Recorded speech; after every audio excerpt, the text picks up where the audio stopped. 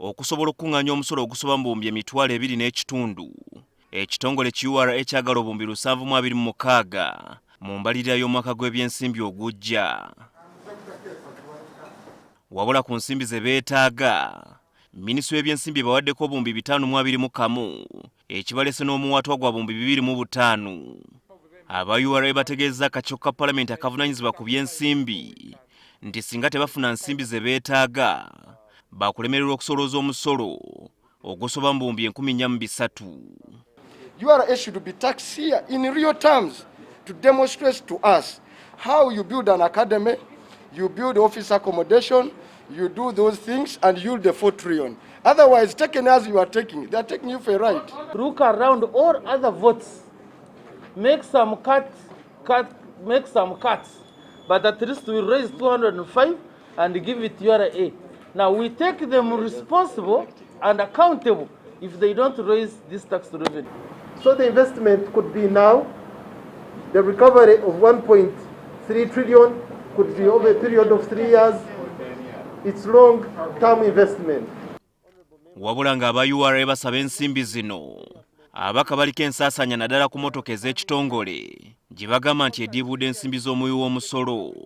Ekitongole kisaasaanya obumbi 3.4 mu kukanika emmotoka zaakyo, obumbi 3.6 mu kugula amafuta, ate obukadde 777 okuzigulira emipiira. Omugatte ekitongole ekya URA kisaasaanya obumbi 7.8 ku mmotoka.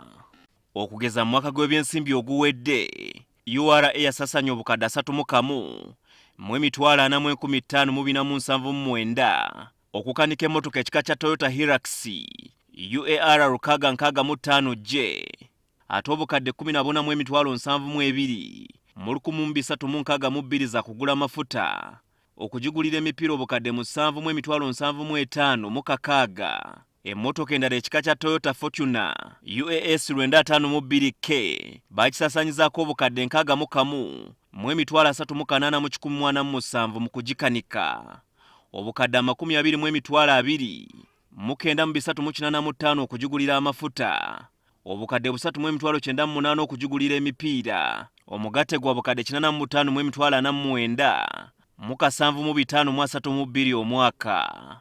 Ate emmotoka endala UAS 817D ekika kya Toyota Fortuner bakisaasaanyizaako obukadde 4,723 mu 723 okugikanika, obukadde 17,445 mu 14,508 okugigulira amafuta, obukadde 4,305 mu 6 okugigulira emipiira, ng'omwaka bakisaasaanyizaako obukadde 62 mu 5,314 mu 403.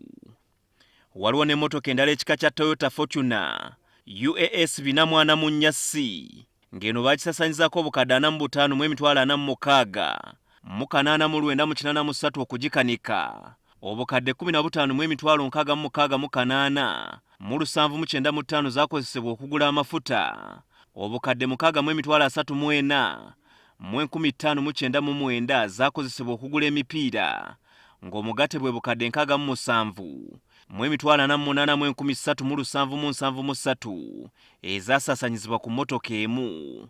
Ate yo Toyota Double Cabin UBL 656Q bakisaasaanyizaako obukadde 23,18 mu 529 okugikanika, obukadde 32,905 1,544 okugigulira amafuta, obukadde 9,905 mu 6 okugigulira emipiira, ng'omugatte gwa bukadde 66 mu 86,179 ezasaasaanyizibwa ku mmotoka eno. Ssente zino okumala financial bill oba 3 ziba zisobola okugula emmotoka empya, so ffe tulaba nti kino si kirungi, si kituufu. URA yeetaaga okukomawo tuddemu tu revising budget yayo. Ate nga wano agencies nyingi zikozesa billion 7 mwaka mulamba, nga mulimu okusasula abakozi, mulimu okusasula renti, mulimu okulwaninga motor vehicle costs n'ebirala, naye ebo activities 2 bakozeseza billion 7. Tunoonye ssente mu budget eno gye tugendamu tugule muloko omulundi gumu tuleke kupangisa kubanga okupangisa ojja kusanga nti ofulumya ssente nnyingi. so kyetubadde tugezaako okubanyonyola ate ekirungi tibakkiriza mu biwandiiko byabwe ate ne mu nkola ne bakkiriza nti tugende n'enkola y'okugula. So tuwandikidde Minister of Finance nga tusaba atukkirize tugule emmotoka empya tuguze zino enkadde tusobole okukendeeza ku budget eya vehicle maintenance. Ate tulina essuubi tujja kukkirizibwa tugende mu maaso tufune emmotoka empya zituyambeko mu kukendeeza budget eya maintenance. Akakiiko kakyagenda mu maaso n'okusinkana ebitongole eby'enjawulo okunnyonnyola embalirira yaabyo. Habad Ziwa, NTV Akawungeezi.